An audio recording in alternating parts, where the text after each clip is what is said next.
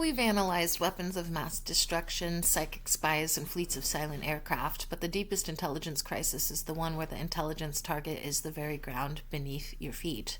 Project VIGIL Utah, the intelligence assessment of the high strangeness vortex centered in a Uintah Basin, is that crisis. For months, this remote geography became a laboratory where all known laws of physics and biology were violated simultaneously. Today, using 8 highly specific declassified intelligence memos from CIA RDP 96 addendum and related files, we undertake the most comprehensive analysis of Project VIGIL Utah ever. This is a documented history of the intelligence community confronting a land that was actively fighting back. The first most rational line of inquiry for VIGIL Utah was geology. The basin is seismically active, rich in quartz, and under immense pressure from gas and oil deposits. Analysts theorized this could be the engine driving the high strangeness. The telluric current hypothesis suggested that pressure generated immense electrical energy which released as atmospheric plasma, UAPs, or disruptive waves. This was confirmed by highly fluctuating ultra-low frequency, ULF, and very low frequency, VLF, readings. A key technical memo detailed the unprecedented magnetic instability. Quote, continuous spontaneous spikes in ULF, VLF emissions at, redacted, show magnitudes inconsistent with known terrestrial seismic or atmospheric events. The field instability suggests either a persistent, non-natural geoelectrical generation source or active localized manipulation of the geomagnetic field structure. The most concerning operational discovery was the creation of a localized silent zone.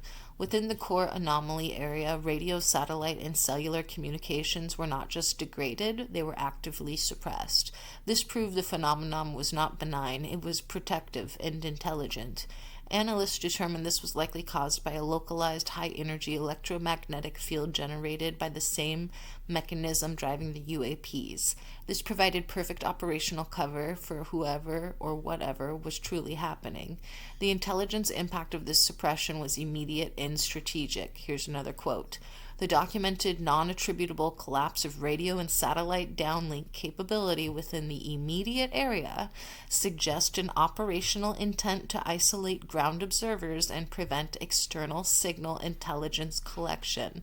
This capability shifts the anomaly from a scientific curiosity to a sophisticated, active security asset. The intelligence crisis deepened when analysts were forced to incorporate the ancient Navajo and Ute folklore, specifically the intense pervasive warnings about the area being cursed or the dominion of the Skinwalker, which is a malevolent, shape-shifting cryptid. The FBI played a unique role, consulting with tribal leaders under strict confidentiality to determine the integrity of the folklore. Was this oral history an accurate centuries-old intelligence report on a persistent anomaly, or simply a collection of scary stories? An FBI consultation memo confirmed the chilling consistency of the warnings.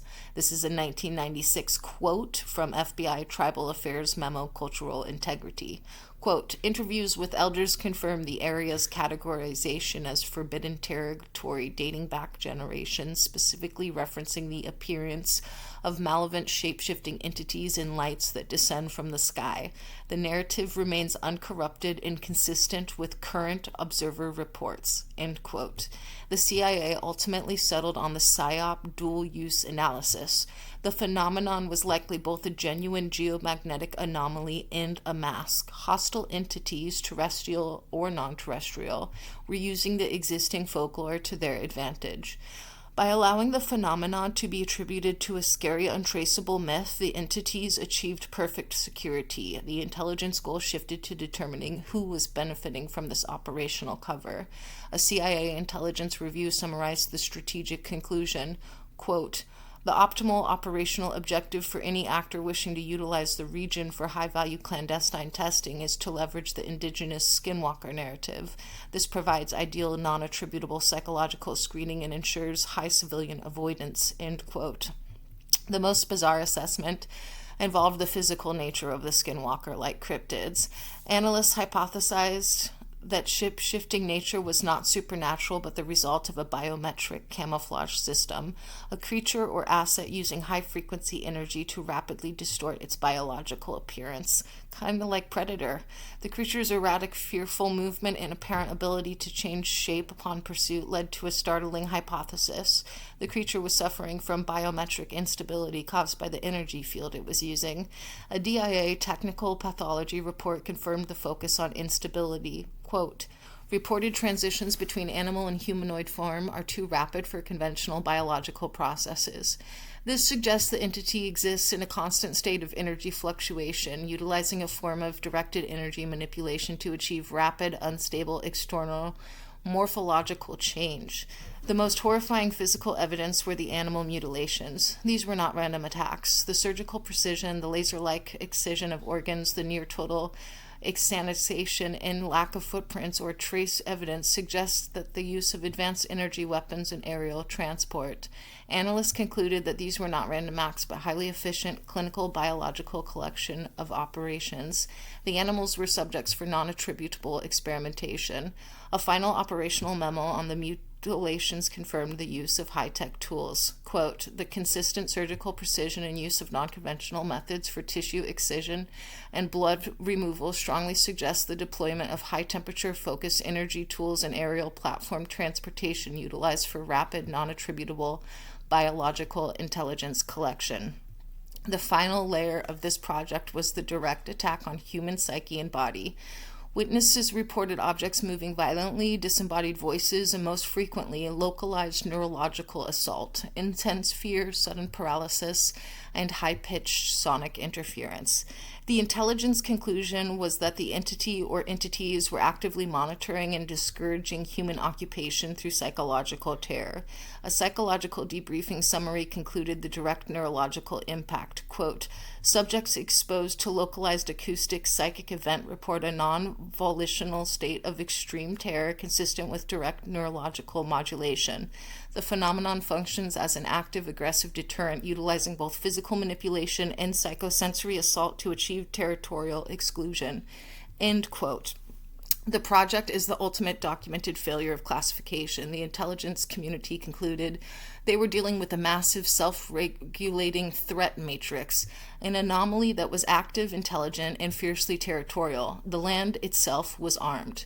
We've covered the ground, the sea, the terror of the contaminated field. Now we are pivoting to a phenomenon that is arguably the most pervasive and most easily dismissed aerial cryptid on the record, the objects that fly too fast to be seen.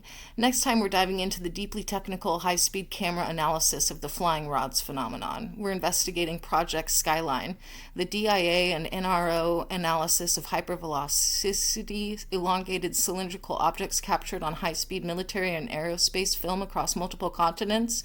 We'll use CIA RDP 83 Aero memos to determine were these rods a new highly specialized class of UAP reconnaissance vehicle, or were they undiscovered massive biological entities capable of hyperspeed and flight through the atmosphere. Another quote for you, quote, the localized high variance environment within the Uintah Basin must be classified as an active self-regulating threat matrix. The phenomena observed are not random. They represent a coordinated multi-spectrum intelligence operating under parameters fundamentally distinct from terrestrial norms. End quote. Does that mean that there's aliens in Utah, everybody? Sure sounds like it. The documented truth of this project proves that reality is negotiable in the high desert. And if this journey into the official record has riveted you, your support for my channel is deeply appreciated as we chase the fastest objects in the sky. I'll see you in the archives, baby.